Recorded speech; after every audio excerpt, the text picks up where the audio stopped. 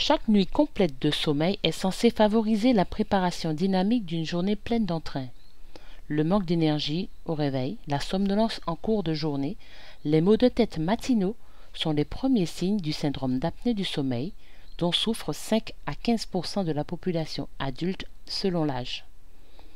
Le conjoint est souvent le premier à détecter cette gêne bruyante, perturbant son sommeil à cause des ronflements inquiétants et surtout des sursauts faisant suite aux arrêts respiratoires nocturnes manifestés sur l'oreiller contigu.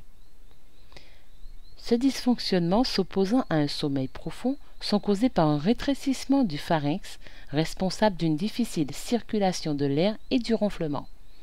Lorsque la respiration est interrompue, sans en avoir conscience, durant 10 secondes ou plus, on parle d'apnée obstructive. À une fréquence variable, elle peut se manifester des centaines de fois par nuit avec un éveil bref ou allègement du sommeil. On reçoit quand même pas mal de patients au centre éducatif du sommeil, donc ça veut dire qu'il y a du monde, on se rend compte qu'il y a du monde, donc il faut les aider.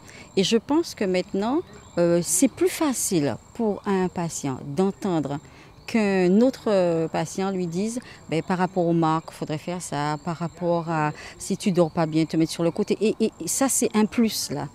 Par rapport à l'alimentation, ils peuvent se partager des recettes pour aller mieux, se mettre ensemble pour aller marcher. En fait, là, c'est vraiment une aide, se mettre ensemble pour faire des choses parce qu'on est pareil.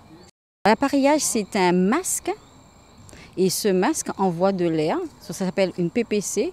Donc, c'est envoie de l'air en continu et pour empêcher l'obstruction au niveau du pharynx, puisque l'apnée du sommeil, c'est une obstruction qui se passe pendant le sommeil. Donc, l'appareil empêche que ça s'obstrue. Dès qu'il sent que ça va se serrer, ça va se fermer, l'appareil pousse et empêche le pharynx de se fermer. L'association Carusome a réuni une tranche de la population souffrant de ce syndrome dans le but d'échanger au sujet du matériel utilisé, facilitant la respiration et donc l'entrée de l'air jusqu'aux poumons. La richesse des échanges a permis de convaincre que le port du masque toutes les nuits améliore la qualité du sommeil en ne causant aucune gêne, même si certains pensent que cela forme un trio au lit continuellement.